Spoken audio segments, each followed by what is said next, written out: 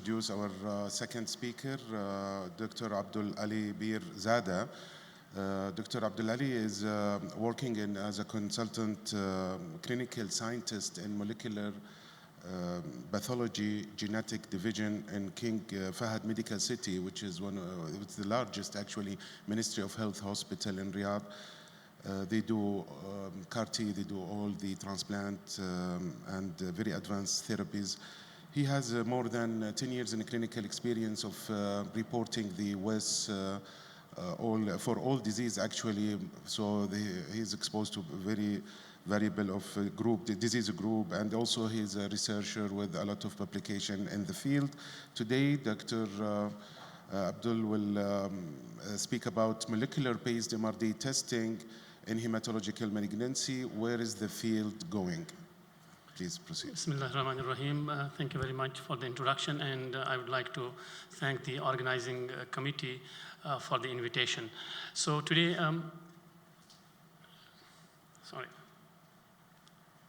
I will be going to give you some laboratory perspective of MRD, showing you some PCR-based MRD detection methods we use at King Fahd Medical City, and also some data on NGS. Now, disclosure, nothing to disclose. Now, in the molecular lab, as you see, MRD is it's a minimal residual disease, a quantitative method, so we are interested in the value, right? So we define the minimal residual disease or the measurable residual disease as the presence of cancer cells post-treatment at a level of 0.01. So we normally will report you our values from the laboratory as percentages. And if you see, historically speaking, the value of 0.01 is based on the flow cytometry detection threshold, which was actually at the time only technique used for MRD detection. And if you see, the detection threshold of flow cytometry is 0.01. So that's how the value came to be at. Now, we have now the advent of PCR-based methodologies, NGS-based methodologies, which are very sensitive, which have detection thresholds of 10 to the power minus 5, 10 to the power minus 6, so much more sensitive than the flow cytometry values. So now the question is, should 0.01 still remain a gold standard, or is there a scope for a change, right? That's very important, I think, with the data coming from the NGS. I will show you some examples from our lab and also from the NGS. So we had a patient, AML patient, as you can see here. So a patient AML at diagnosis, he was positive for BCR-ABL-P190 isoform, and also RUNX1 MECOM isoform. And as you can see, we monitored the patient in our lab. The patient underwent transplant according to the clinical protocol. And as you can see, we monitored the patient pre-transplant and post-transplant. You can see the expression of P190 before transplant, and post 200 days post BMT, still P190 was still expressed. So there was a continuous, the persistent P190 expression. But as you can see here, the chimerism data revealed that there was loss of engraftment, although the values are much lower than the reported MRD, the defined MRD values, right, as you can see here. Now, these are the data from NGS. As you can see here, the detection threshold is being currently reported. You can see in a lot of publications in the area. You can see here. Look at the values, don't focus on what it means. So the value, if you can see here, normally NGS data are reported at a variant allele fraction of 0.001, so 10 to the power minus 6 or 10 to the power minus 5. So very low, very high sensitivity and very low detection limits, right? So this indicates that there is indeed a need for changing the defined value of MRD, which is at 0.01, right? Now, what are the molecular methods? So in the lab, from the molecular point of view, we have the PCR-based methods and we have next-generation sequencing-based methods. As you can see here, of course, in the PCR, we amplify disease-specific genes, which could be BCR, ABL, or we usually use quantitative PCRs for BCR, ABL, PMR, alpha, and other specific genetic markers with a sensitivity of 10 to the power minus 4, 10 to the power minus 6. And as you can see, of course, advantages of PCR are very high sensitivity of the technique to the level of 10 to the power minus 6. And of course, this is standardized for many known clinical markers, right? BCR, ABL, PMR, alpha for APL, and so on and so forth. However, the limitation is that this is limitation to only specific genetic abnormalities. You cannot go beyond that. That's one of the limitations of these PCR-based techniques.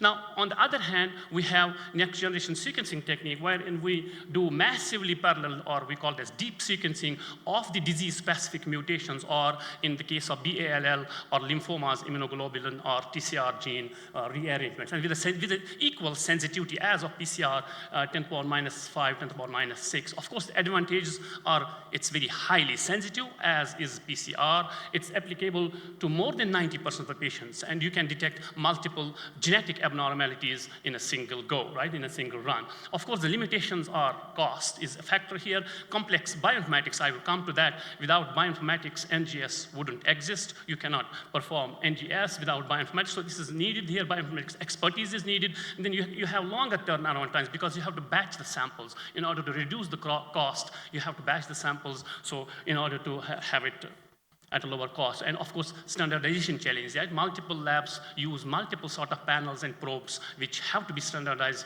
in order to apply it for MRD detection. Now, let's go to the PCR-based detection methodologies. As you can see here, we collect the bone marrow or peripheral blood sample. Of course, nucleic acid extractions, that's a normal procedure we do in the lab. We PCR amplification and then analysis. Of course, we have multiple types of PCRs for MRD detection in the lab. We do have quantitative real-time PCR-based methods where we use fluorescent-based probes, and this is the gold standard for major molecular markers in leukemias, in hematological malignancies. And we do quantify. You will see sometimes from different labs, we report either as absolute, we use absolute quantification method, or relative quantification method. I will give you an example soon. And of course, we have the digital PCR where we partition the samples into these different channels, right? And for absolute quantification, and digital PCR, of course, is very important in MRD detection. And we have multiple, as I said, multiple molecular targets in this. So I give an example, what we do at King Fahd Medical City. For example, important example in CML is the detection of BCR-ABL. We can do, and as you can see here, the BCR-ABL has multiple isoforms depending upon the breakpoint you have. This is shown the gene structure here, the BCR gene and the ABL gene with different exons. And as you can see, depending upon the breakpoint, we can have multiple isoforms, P210 and P190 generated. And we can detect them in the PCR. This is the qPCR here, the P21 expression at diagnosis, and we report them as 60 as percentage, of course, in international scale. There's a methodology to do that, and we use ABL as internal control. In the follow-up sample, as you can see here, there is lower expression of P210 here, and we will report, of course, calculator value which is 1% IS international scale.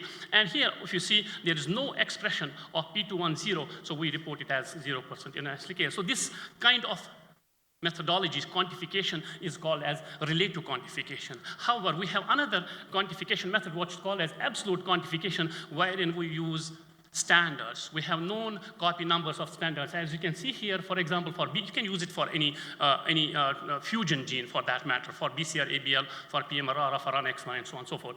So if you see here, we use different standards from F1 to F5. These are the standards, known copy number standards, right? So, and then when you have a specimen, for example, S1, we will report it according to our laboratory-defined calculations. You can see here 4%, but this calculation is called as NCN, normalized copy number, because we have here use the copy number standard. So I think this is more accurate for MRD analysis rather than the international scale. But the guidelines, if you see ELN guidelines, they want the laboratories to report in the international scale because of the milestones they want to achieve with this.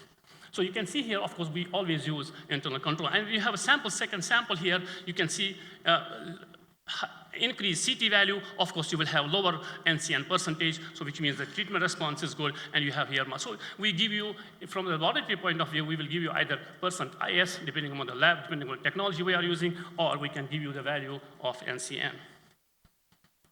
Same applies for PMRR alpha. We do for absolute quantification using NCN. Same technique as PMRR alpha. We have multiple isoform generated. You can see here, depending on the chromosomal breakpoint, you have a long isoform of the PMRR alpha, you have short isoform, and the variable isoform. So you can detect easily by here. You can see the expression of BCR3, in this case, short isoform, and BCR1 is not detected. I think it's very important. I usually highlight this case because it's important to highlight here the isoform-specific expression of PMRR alpha, which has a different disease progression. As you can see here, so we have to pay. Normally, laboratories, or maybe from the clinical side, you may not be interested in which isoform it is. But if you see, we have recently published some data that these patients with short isoform of PMRR alpha have a different disease progression, right? As you can see here. So we have the detection even at day 60, you can still see BCRC, so which means that normally, APL is a good prognosis. So you have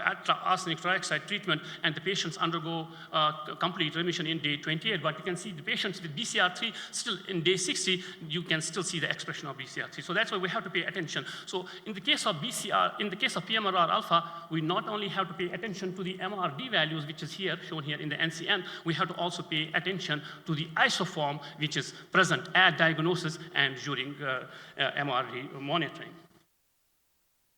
Now, same applies for NPM1. So here you can see here we have multiple insertions in NPM1. This is the NPM1 gene here. We are always showing you the gene because we are interested in the genes. So this you can see here multiple, and based on this we call them as mutation A, mutation B, and so on and so forth. And we have probes for this. We have a probe for the wild type NPM1. We have a probe for these different mutants, right? Mutant A to B, and you can detect again using the same principle of qPCR, so the same principle of and the NCN percentages. You can calculate, of course, the mutation percent using this laboratory-defined formula. Of course, we do validate these before putting them into clinical service. So same applies for the FLT3. So FLT3 has two types of mutations, ITD, as you are aware, and TKD. You can detect them here. So whenever we have this two bands, which is indication of an ITD here. So you can see here the double band. So because ITD is internal tandem duplication, it increases the size of the product we have in the PCR. And then you can also, you see here lower expression here, higher expression here. With these intensity ratios, you can calculate the allele ratio of the FLT3 ITD to the wild type here. So you can calculate the allele ratio of the intensity ratio of the ITD. And as you can see here is high expression, lower expression, right? So we can use this for monitoring. Of course, nowadays, I think the guidelines have removed this high FLT3 ITD and low. It doesn't matter now, but we do in the laboratory report this as a value. So same applies for, we do perform clonality assays in the lab for immunoglobulin gene rearrangement. As you know, immunoglobulin genes it's a gene cluster. These are very big genes, right? So we need multiple probes and primers. As you can see here, for each patient, we have to run these 5 different probes in order to cover these immunoglobulin heavy chain gene in this. And each specimen will undergo this, and you can see here the clonal population of the cells with the size. Of course, I have shown you only 2 ways. We have 5 different tubes, 5 different probes for each immunoglobulin gene element, and we can detect this very easily in the lab. Now, coming now to the next NGS-based detection technologies, right? So I show you here briefly the technique we use in the lab. You can see here we start with the DNA, genomic DNA, and then we start the fragmentation of DNA. So we fragment our DNA. That's very important to understand. So you will see in leukemias why we use NGS panels and so on. So then you size select depending upon the technique you are using. So you can use a long read sequencing wherein you don't have to really size select, but since we are using short read sequencing, so we have to size select. We have to select the 100 to 200 base pairs, and then of course you use these adapter, you ligate these adapters. So this is called as adapter ligation, where you have the probes, fluorescent-based probes, barcoded probes, and then, of course, this is very important here that we have multiple types of probes. So this is where the commercial companies have to be very careful about, because the type of probe we use will impact our error rate in NGS, particularly when we're looking at MRD analysis. We want to have less error. So, for example, we have here dual index probes. I will show you the data that dual index UMIs, the universal molecular identifiers, leads, in fact, to reduced error rates in leukemia, NGS, MRD. So, and of course, we do adapter binding and target enrichment, and then you can use different platforms are available depending on the lab. So they will have multiple platforms. You can here see second generation or the third generation here, also Oxford Nanopore, and multiple platforms available for doing your next generation sequencing method. As I said before, for any next generation sequencing, we have to have a powerful advanced bioinformatics. I will not go into details of this, but we need, once the sequence is generated, the primary analysis, we do secondary analysis, the processing of the samples is all done by a bioinformatic pipeline, and this bioinformatic pipeline has to be very well established, particularly when we are talking about MRD, where we have to have the variant allele fractions, very low allele fractions, and then, of course, different algorithms for tertiary analysis. So this advanced bioinformatics is very critical in any NGS experiment. Of course, we have multiple approaches for NGS, so we can have a targeted sequencing, right? We have a specific gene. You are interested in FLT3, NPM1, you can go a targeted NGS sequencing, so targeted sequencing for that particular, we're using deep sequencing, or we can use panel-based approach, right? We have multiple gene mutations in AML or in any hematological malignancies. Nowadays, we have multiple mutations. So it's a good idea to go for, rather than going for single individual gene mutations, to go for panel-based approach. And that's what we are currently doing, right? We always, at diagnosis for AML patients, we go for NGS panel-based approach. And there is also an error-corrected NGS. Of course, we have multiple markers in this. Okay, just an example of how NGS is used in ALL. So here is, now, as I said before, Ig immunoglobulin is a gene cluster, it's a big genes. So you have, because of these VDJ and DJ recombination events, you have multiple clones, right, in each patient. So each patient will have a specific clonotypes, what we call as. So as you can see here, most of these patients have 1, 2, or 3 clonotypes. And this is possible only to detect through NGS. PCR-based technologies cannot detect these multiple patient-specific clonotypes, as you can see here. Of course, we have always immunoglobulin heavy chain, and then the light chain, which is the kappa and the lambda chains also in this. So this can be only, as I said, this can be only detected by using NGS. Now this slide shows you here, if you see here, the clonal clearance at, for example, end of induction and end of consolidation. So you can see here, for example, total IG, you have here the clonal 100% at diagnosis, but then you have only 60 clonal clearance of 60% at induction. But if you see at end of consolidation, you have here 31%. So there is really you can really monitor through NGS a clonal clearance of these immunoglobulin heavy chains. Also, similar data with light and kappa chains, right? And these are the violin plots. You can see the time, although the time point of this clonal clearance is same in all the cases, right? So this is very important to understand, particularly for ALL. It's always a good idea to go for NGS-based approaches rather than PCR. So this is shown here, the prognostic value. Of course, I'm sure you are aware of this. Here at end of consolidation, you can see a better impact of this negativity, right? So you have MRD, the variant allele fraction of less than 0.001, right? So you have better impact here at end of consolidation. These data indicate that we do not have to only do monitoring only at the time point of the, let's say here is induction, where you don't see much significant impact, rather than we have to monitor it over time. So end of consolidation and so on, pre-transplant and post-transplant. So NGS has to be done at these different time points. So this is the same example of NGS MRD in AML. As you know, AML, we have, this is the oncoplot of baseline mutations. We have multiple mutations, as you are aware, in AML, right? And so that's why it's a good idea to go for, because of these multiple mutations at diagnosis, to go for NGS rather than single-base analysis, either by PCR or single-base analysis of NGS. So you can see here different mutations and the frequencies are shown here, right? I have highlighted here the ones with the very high frequency and well-known FLT3, NPM1, DMT3, and other mutations here.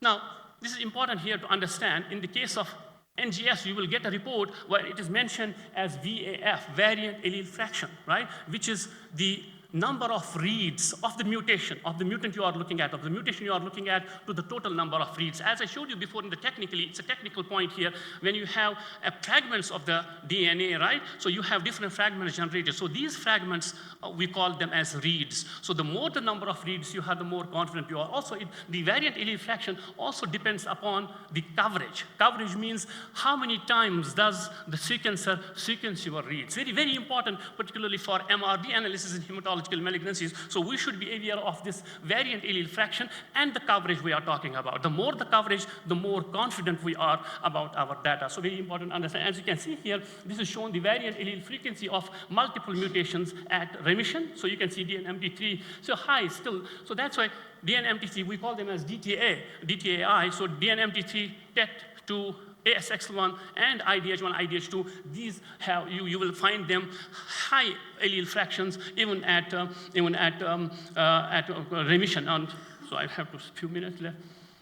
So I'll quickly go through this. And of course, these are some of the NGS data where you can see post-course 1, post-course 2, a good outcome of the patients. So you can really divide the patients based on the MRD VAF. So the patients with lesser VAF, less than 0.01, have, as you can see here, a better prognosis, right? Better outcome, whether you talk about relapse-free survival or overall survival here. So this is better outcome with allele frequency, variant allele fraction of less than 0.01.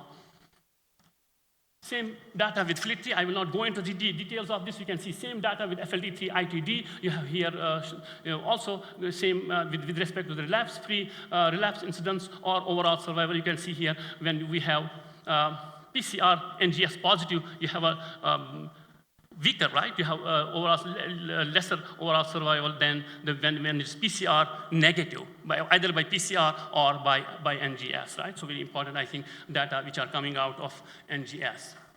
Now, this is a very recent editorial I saw in BMT, where they have given a good overview of the time points of molecular NGS MRD testing in AML. So they start with here, the diagnosis. Of course, we do the baseline testing. Of course, then we do at post-induction, whatever the clinical protocol you follow, whether the patient is eligible for transplant or not. So you go accordingly. You do at pre-transplant also. You do at consolidation therapy also one more MRD. Then you do at pre-transplant and post-transplant. So this is the good overview of the timeline we should follow in AML for MRD. And it makes us easier also in the lab to accept the requests when it comes from, when we have these kinds of guidelines with us.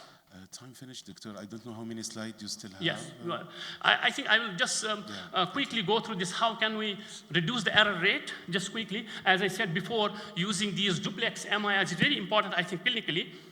So that's why you need to know about these error rate, because error rate can be very high if we are using normal simplex UMIs, right? So we need to have this is the data, very clear data showing that when we use duplex UMI, so you have here two probes here to detect the mutation. These are the true variants. The red marks are the true variants, and these are the variants because of the DNA damage. So you can, when you use duplex UMI, you can specifically amplify these, right? True variants. So that's why reducing the error rate, and is shown here, you can really reduce the error rates drastically when you use these duplex AMI. I think it's the laboratory which should be aware of that the error rates should be reduced as much as possible. So, and based on that, you have to select your probes and so on. I think this is the last slide we have. So of course, I'm sure you know about the compartments we use for multiple myeloma, bone marrow, for example, and so on and so forth. So you have either bone marrow or peripheral blood you can use for testing, depending upon the disease, depending on the malignancy we are talking about. Where is the field going? I think this is the last slide. So of course the field is going, I would say, it's more going towards the NGS, as you have seen, right? We are now talking about NGS. But I believe that qPCR and digital PCR will still stay in the market, right? There's a good scope because of the sensitivity, because of the cost and easy, the turnaround time and multiple, sensitivity also. So PCR and digital PCR will stay in the market. But I think it is time for us to redefine, as I showed you the data, to redefine MRD. And for that, we need to prove, we need to show our own data to collaborate and make the data available for us to see if we can really redefine. With that, I thank you for your attention.